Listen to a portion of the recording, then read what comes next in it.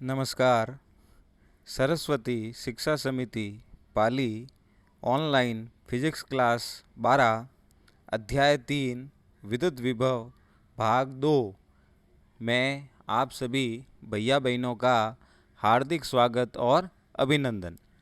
हम अध्याय 3 में पहले भाग में विद्युत विभव, विभवांतर, विद्युत क्षेत्र से विद्युत विभव को ज्ञात करना, ये सब कुछ हम पढ़ चुके थे।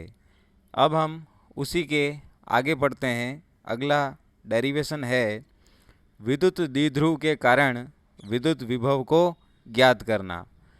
हमें याद होगा, हमने पहले पार्ट में विद्युत द्विध्रुव के कारण उसकी अक्ष के ऊपर और निरक्ष के ऊपर विद्युत क्षेत्र की तीव्रता को ज्ञात किया था।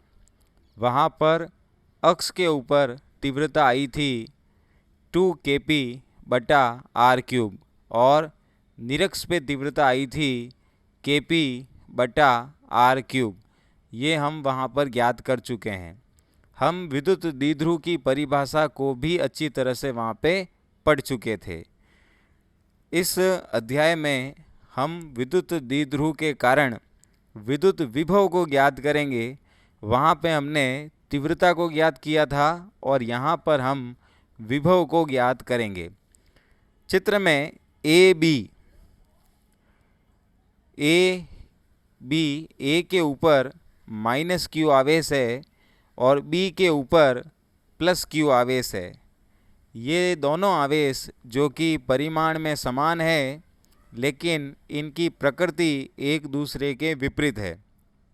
ये दोनों एक दूसरे से 2a दूरी पर स्थित है। तो यही जो व्यवस्था होती है, इसी व्यवस्था को हम विद्युत द्विध्रुव की व्यवस्था कहते हैं। इसका मध्य बिंदु जो है वो O है। अगर हम माइनस क्यू आवेश से और प्लस क्यू आवेश से इस O बिंदु की दूरी को देखें तो वह A और इधर भी A लिखी हुई है। इस मध्य बिंदु O से थीटा कोण पर और स्मॉल r दूरी पर एक P बिंदु स्थित है। P बिंदु के निर्देशांक को r कोमा थीटा से लिखा हुआ है, क्योंकि यह द्विध्रुव के साथ थीटा कोण बना रहा है और मध्य बिंदु से r दूरी पर स्थित है। हमें इसी P बिंदु पर इस द्विध्रुव के कारण विद्युत विभव का मान ज्ञात करना है। हम जब इसके ऊपर विद्युत विभव का मान ज्ञात कर लेंगे तो लास्ट में जो सूत्र आएगा, उस सूत्र में यदि हम थीटा का मान 0 कर देंगे तो हम अक्ष के ऊपर आ जाएंगे और वह विभव का मान अक्ष के लिए हो जाएगा। और यदि उसी में हम थीटा का मान 90 डिग्री कर देंगे तो वह निरक्ष के लिए विभव का मान आ जाएगा। इसका तात्पर्य यह है कि हमें यहाँ पर अक्ष का और निरक्ष का डेरिवेशन अलग अलग नहीं करना है। एक ही डेरिवेशन से अक्ष के ऊपर और निरक्ष के ऊपर विभव का मान ज्ञात हो जाएगा।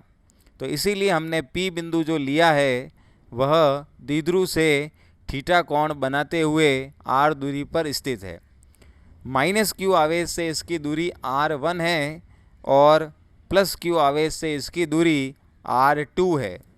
हम अगर चित्र में ध्यान से देखें तो r1 दूरी जो है r2 से बड़ी नज़र आ रही है, और यदि इन दोनों का अंतर निकालना है तो हम B से R1 दूरी पर एक लंब डालते हैं BC, तो A और C का जो मान हो जाएगा, ये पीछे बची हुई दूरी हो जाएगी, उसको हम R1 माइनस R2 लिख देंगे।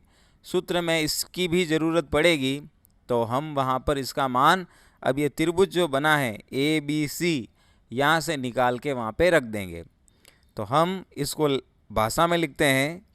चित्रानुसार AB एक विद्युत द्विध्रुव है। A पर माइनस क्यू तथा B पर प्लस क्यू आवेश है। इनके मध्य की दूरी 2a है तथा इस द्विध्रुव का मध्य बिंदु O है। इसी बिंदु से स्मॉल r दूरी पर थीटा कोण पर P बिंदु स्थित है। इसी P बिंदु पर हमें विद्युत द्विध्रुव का मान, विद्युत द्विध्रुव के कारण जो है विद्युत विभव ज्ञात करना है। तो जैसा हमने वहाँ पे किया था उसी रूल्स को फॉलो करते हैं। पहले पार्ट में जो किया था वैसा का वैसा सबसे पहले माइनस क्यू आवेश के कारण P पर विभव का मान ज्ञात करते हैं। चूँकि हम यहाँ विभव ज्ञात कर रहे हैं इसलिए विभव ही चलेंगे। तो सबसे पहले माइनस क्यू आवेश के कारण P पर विभव, हम बिंदु आवेश के कारण विभव का सूत्र ज्ञात कर चुके हैं और वो सूत्र होता है KQ/R। तो उसी सूत्र का यहाँ इस्तेमाल करते हैं। तो माइनस क्यू आवेश के कारण P पर विभव हो जाएगा V1, उसको दे देंगे नाम, बराबर -KQ/R1, क्योंकि वहाँ से दूरी R1 है। इसको समीकरण 1 दे दिया। इसी प्रकार प्लस क्यू आवेश के कारण P पर विभव, तो उसको हम V2 बोलेंगे। तो V2 बराबर KQ/R2, समीकरण नंबर 2। समीकरण 1 में आवेश माइनस का Q है और समीकरण 2 में आवेश प्लस का Q है। तो ये दोनों आवेशों के कारण P पर विभव का मान हो गया। तो P के ऊपर कुल परिणामी विभव कितना हुआ तो वो ज्ञात करेंगे, तो ये दोनों जुड़ जाएंगे। तो लिखेंगे विद्युत द्विध्रुव के कारण P पर कुल परिणामी विभव, तो V बराबर हो जाएगा V1 + V2। तो V बराबर, दोनों जुड़ जाएंगे, मान रख देते हैं वहाँ से, तो -KQ/R1 + KQ/R2। यहाँ से अब KQ जो है वो कॉमन आ रहा है, तो हम कॉमन लेते हैं। तो V बराबर KQ कॉमन आ गया, अंदर हो गया, माइनस का 1/R1 + 1/R2। हम अंदर कोष्टक में लसपा ले लेते हैं। तो V बराबर KQ, कोष्टक में लसपा आ गया R1 R2, तो ऊपर हो गया R1 - R2। इसको हम समीकरण नंबर 3 दे देते हैं। इसी समीकरण 3 में अंश में नज़र आ रहा है R1 - R2 और हर में नज़र आ रहा है R1 R2। इन दोनों का मान हम इस चित्र की सहायता से ज्ञात करेंगे और यहाँ पे रखेंगे।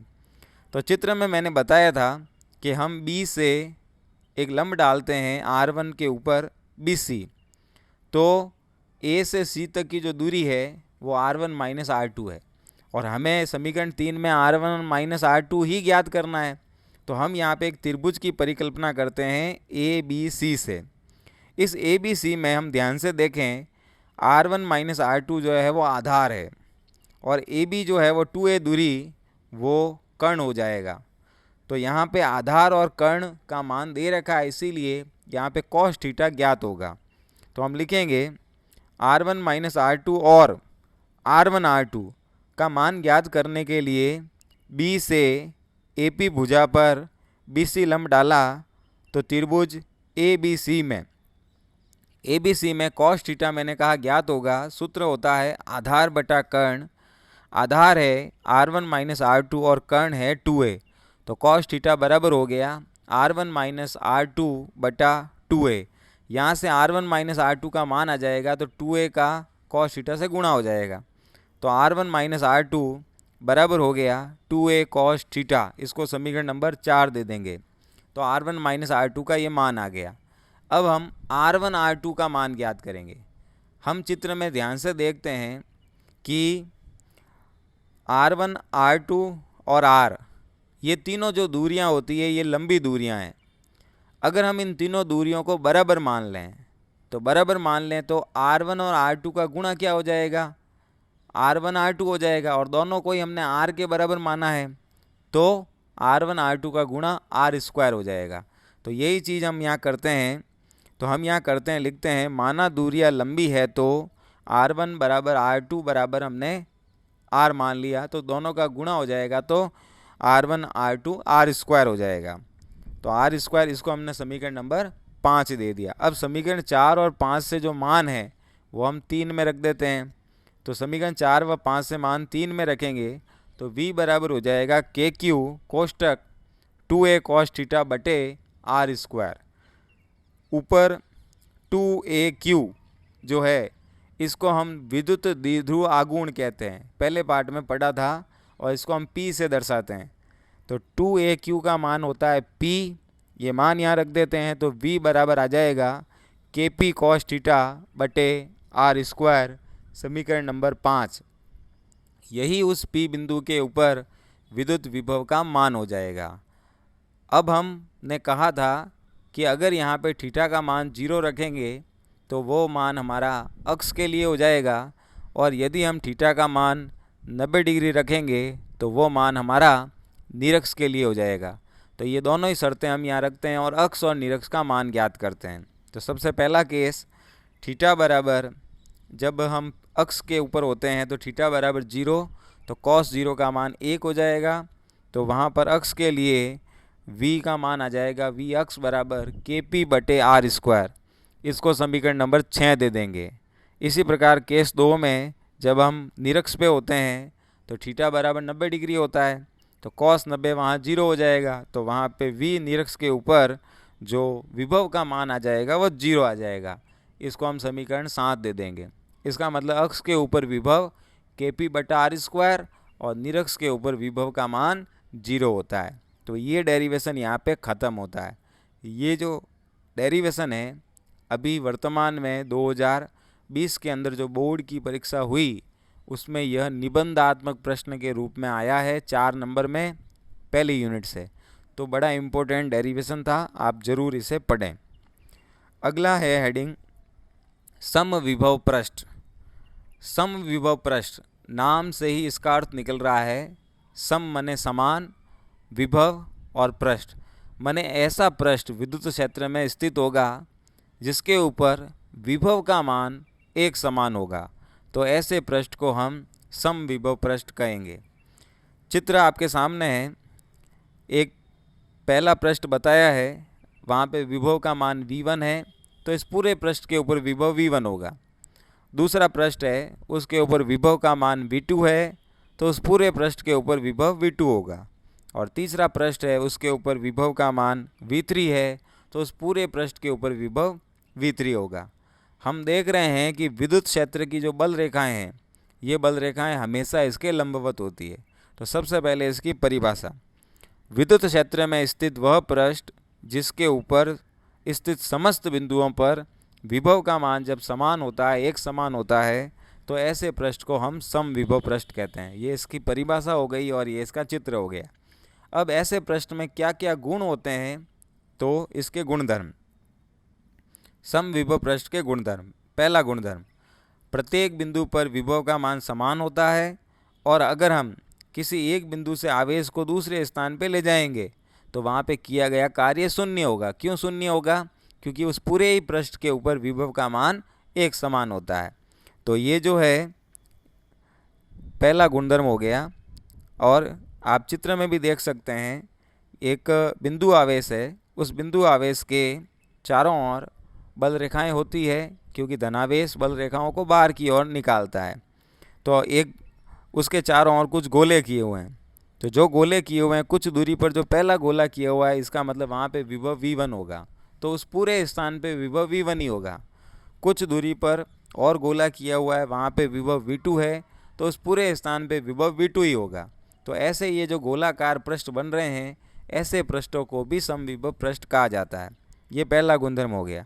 दूसरा गुणधर्म, विद्युत क्षेत्र की दिशा जो होती है वो समविभव पृष्ठ के हमेशा लंबवत होती है। अभी बताया आपको कि जो बल रेखाएं होगी वो इस पृष्ठ के हमेशा लंबवत गुजरेगी, 90 डिग्री पे गुजरेगी। ये दूसरा गुणधर्म है। तीसरा, समविभव पृष्ठ कभी भी आपस में नहीं काटेंगे। अगर ये काटेंगे तो इनके कटान बिंदु पर विभव के 2 मान हो जाएंगे, लेकिन ये संभव नहीं। समविभव पृष्ठ पे विभव का मान एक ही होता है, तो 2 कभी संभव होंगे नहीं, इसीलिए एक दूसरे को नहीं काटेंगे। चौथा गुण, किसी भी चालक की सतह सदैव समविभव पृष्ठ ही होती है, क्योंकि चालक का संपूर्ण आयतन पर विभव जो है वो एक समान होता है। हमने ऐसे बहुत सारे डेरिवेशन किए थे जिसमें हम किसी चालक के ऊपर आवेश डालते हैं तो वो सारा ही आवेश उसकी सतह के ऊपर फैल जाता है। जैसे एक गोले के लिए किया था, गोलीय कोष के लिए किया था, तो उसकी सतह के ऊपर सारा आवेश जब फैल जाता है तो वहाँ पे विभव का मान जो होगा वो हमेशा एक समान होगा। तो ये इसका चौथा गुणधर्म है। पांचवा गुणधर्म, समविभव पृष्ठ पर किन्हीं 2 बिंदुओं के बीच विभवांतर का मान जो होता है वो हमेशा शून्य होता है। क्यों शून्य होगा? क्योंकि विभव का मान इसके ऊपर सभी जगहों पर एक समान है। तो 2 अलग अलग स्थानों के बीच में विभवांतर निकालोगे तो वो हमेशा शून्य ही आएगा। तो ये जो थे ये समविभव पृष्ठ के गुणधर्म थे। ये हेडिंग भी बड़ा इम्पोर्टेंट है, परीक्षा में 2 नंबर के रूप में आया करता है, बहुत बार आया हुआ है, तो इम्पोर्टेंट है। अगला हेडिंग, विद्युत क्षेत्र से विद्युत विभव को ज्ञात करना। हम विद्युत क्षेत्र में और विद्युत विभव में एक संबंध सूत्र पढ़ चुके हैं, V बराबर होता है माइनस समाकलन E डॉट डी आर। ये हम पहले पढ़ चुके हैं, अब इसको हम थोड़ा विस्तारित रूप में और पढ़ते हैं। तो हमने विद्युत क्षेत्र से विद्युत विभव ज्ञात किया था, वो आया था अल्पांश रूप में dV बराबर माइनस E सदिश डॉट dl सदिश। ये हम इसी पार्ट में आगे पढ़ चुके हैं, अगली क्लास में भाग 1 में। तो dV बराबर माइनस E सदिश डॉट dl सदिश। अगर हम इसका समाकलन कर देंगे तो वो पूर्ण रूप में आ जाएगा, लेकिन ये अल्प रूप में है। हम इसका अदिश गुणनफल खोलते हैं तो dV बराबर हो जाएगा minus E dl cos theta. इसको समीकरण नंबर 1 दे देते हैं। यहाँ जो थीटा है वो E और dl के मध्य का कोण है। अगर इस थीटा का मान 0 डिग्री हो जाएगा तो cos 0 का मान 1 हो जाएगा, तो उस समय जो विभव परिवर्तन होगा वो सर्वाधिक होगा। तो हम यहाँ से dl को जो है वो dV के बटे में भेज देते हैं। तो माइनस का माइनस भी उधर भेज दिया, तो माइनस dV बटा dl बराबर हो गया E cos थीटा। इसको हमने समीकरण 2 दे दिया। अब आपको ये दिख रहा है ना, dV बटा dl और साथ में माइनस का निशान। dV तो है विभव और dl l है दूरी। तो दूरी के साथ जो विभव में परिवर्तन हो रहा है वह परिवर्तन ऋणात्मक रूप में है, और वह परिवर्तन यदि तीव्रता के बराबर है, सामने E है और थीटा वहाँ पे दिया हुआ, तो थीटा अगर 0 डिग्री होगा तो कॉस का मान 1 हो जाएगा। तो उस समय E का मान जो आएगा वो आ जाएगा माइनस का dV बटा dl। इस समय जो तीव्रता में विद्युत विभव में जो परिवर्तन होगा वो सर्वाधिक होगा। ऐसी कंडीशन जो यहाँ होती है इसको हम विभव प्रवणता के नाम से जानते हैं। तो यही हम बताते हैं आपको, माइनस dV बटा dl जो है वो विभव में दूरी के साथ यहाँ पे कमी को बताता है, क्योंकि माइनस का निशान ऋणात्मक निशान है तो ये कमी को बताएगा। जैसे जैसे हम दूर जाएंगे किसी स्थान से, किसी आवेश से, तो विभव के मान में दूरी के साथ जो है हमेशा कमी आएगी। तो ये इसी कमी को दर्शा रहा है। हम यहाँ पे थीटा का मान 0 डिग्री कर दें तो विभव में दूरी के साथ जो हानि होती है वह अधिकतम होती है, और इसको मैंने अभी कहा कि हम इसे विभव प्रवणता भी कहते हैं। तो इसको हम ग्रेड V से भी लिख सकते हैं। हम ये लिखते हैं यहाँ पे, तो इसको हम अधिकतम हानि है तो इसको हमने dV बटा dl करके मैक्सिमम लिख दिया, और इसको हमने ग्रेड V लिख दिया। ये समीकरण 3 हो गया। समीकरण 3 को 2 में अगर इस्तेमाल करें तो E सदिश बराबर हो जाएगा माइनस का ग्रेड V, क्योंकि वहाँ माइनस का dV बटा dl चल रहा था, तो हम इसे समीकरण नंबर 4 दे देंगे। तो E सदिश बराबर हो गया माइनस का ग्रेड V, जहाँ E सदिश के यदि x y z में अगर घटक हैं, मान लेते हैं हम कि वहाँ पे x y z 3 तल दे रखे हैं और तीनों तलों में E जो है वो वियोजित रूप से है, तो E के जो तीनों अक्षों में घटक हो जाएंगे वो हो जाएंगे Ex बराबर हो जाएगा माइनस का dV बटा dx, Ey बराबर हो जाएगा माइनस का dV बटा dy, और Ez हो जाएगा माइनस का dV बटा dz। ये Ey बराबर जो है dV बटा dx गलत लिखा हुआ है, यहाँ dV बटा dy है। तो समीकरण नंबर 5 हो गया ये। अगर कार्तीय निर्देशांकों में अब E को पूरा लिखना होता है तो E सदिश बराबर हो जाता है सदिश रूप में Ex I cap plus Ey j cap plus Ez k cap. हम सब मान रख देते हैं यहाँ पे। तो E बराबर माइनस को कॉमन ले लिया, I बराबर हो गया I कैप dV बटा dx plus j cap dV बटा dy और प्लस k कैप dV बटा dz हो गया। यहाँ से हम V को यदि कॉमन ले लें तो पीछे जो बचेगा उसको हम डेल मान लेते हैं। ये निशान जो बनाया हुआ है डेल का, इसको समीकरण 6 दे देंगे। इस डेल को हमने माना है किसके स्थान पे, तो जहाँ ये डेल जो है वो है माइनस का आई डी बटा डी एक्स प्लस जे डी बटा डी वाई और प्लस के डी बटा डी जेड। समीकरण 7 हो गया। इसको हम डेल संकारक कहते हैं। तो ये जो है वो विद्युत विभव में और विद्युत क्षेत्र की तीव्रता में जो संबंध सूत्र था उसी को हमने अलग अलग रूपों में लिखा, ग्रेड में लिखा। दूरी के साथ जो परिवर्तन हुआ विभव में वो अधिकतम हुआ तो उसको हमने विभव प्रवणता कहा। ये 2-3 चीज़ें हमने अतिरिक्त में निकाली, सूत्र निकाले ये आंकिक प्रश्नों में हमारे काम आएंगे, तो हमें ये ध्यान रखना है। तो यहाँ तक हमने आज पढ़ा है। अब गृह कार्य के प्रश्न। किताब में पाठ का पीछे का ये 9वां प्रश्न है। एक विद्युत द्विध्रुव के आवेश जो है वो -1 माइक्रोकूलाम और +1 माइक्रोकूलाम दे रखा है। उनके मध्य की जो दूरी होती है 2a वो दे रखी है 4 × 10⁻14 मीटर। तो द्विध्रुव के केंद्र से मध्य बिंदु O होता है ना, तो वहाँ से जो r दूरी दे रखी है वो दे रखी है 2 × 10⁻6। तो हमें अक्ष के ऊपर विद्युत विभव ज्ञात करना है। अक्ष के ऊपर विद्युत विभव का हम सूत्र जानते हैं, Kp/r²। ये सूत्र यहाँ लगाना है, आंसर आ जाएगा। 10वां प्रश्न, पहले करना है। आवेश 4 × 10⁻7 कूलाम के कारण 9 सेंटीमीटर दूरी पर विभव का मान ज्ञात करना है। आवेश दे रखा है, दूरी दे रखी है, विभव ज्ञात करना, तो सीधा ही सूत्र होता है Kq/r। सूत्र होता है ना, बिंदु आवेश के कारण विभव Kq/r। तो ये लगाना है, विभव आ जाएगा। फिर क्या कह रहा है, अब आवेश 2 × 10⁻9 को अनंत से इस बिंदु तक लाने में जो कार्य किया जाता है वो उस पथ पर निर्भर करता है। तो उसके अनुदिश लाया गया कार्य क्या होगा। पहले तो कार्य ज्ञात करना है, वहाँ से हम इसको लेके आए, तो वहाँ से जब इसको लेके आते हैं और वहाँ रखते हैं तो आवेश पहले से पड़ा है 2 × 10⁻9, तो हम लेके आ रहे हैं, तो वही सूत्र इसमें लगाना है, सॉल्व हो जाएगा। और क्या ये कार्य पे निर्भर, अनुदिश पथ पे निर्भर करेगा क्या, तो कभी पथ पे निर्भर नहीं करता, इसको हम नहीं लिख रहे हैं। तो ये 2 प्रश्न करने हैं। इसके बाद में अगला प्रश्न, 30 माइक्रोकूलाम का आवेश है, वो XY निर्देश तंत्र के मूल बिंदु पर स्थित है। हम गणित में पढ़ते हैं, XY ग्राफ बनाते हैं, तो जो मूल बिंदु होता है 0 0, वहाँ पे ये 30 माइक्रोकूलाम का आवेश पड़ा है। a/√2 एक बिंदु है, तथा ये मानना है ये बिंदु, तथा a और -0 का भी बिंदु है। -0 नहीं होता है, ये -a है, 0 कभी माइनस में नहीं होता है। तो ये बिंदु है, इनके मध्य का विभवांतर बताना है। तो सबसे पहले ये बिंदु दर्शाने हैं। जब आप ये बिंदु दर्शाओगे तो इनके मध्य की जो दूरियां आएगी वो एक समान आएगी। तो एक समान दूरियों पे विभव का मान एक समान हो जाएगा। तो आप उनका विभवांतर ज्ञात करोगे तो 0 आएगा। सॉल्व करना ये भी हो जाएगा।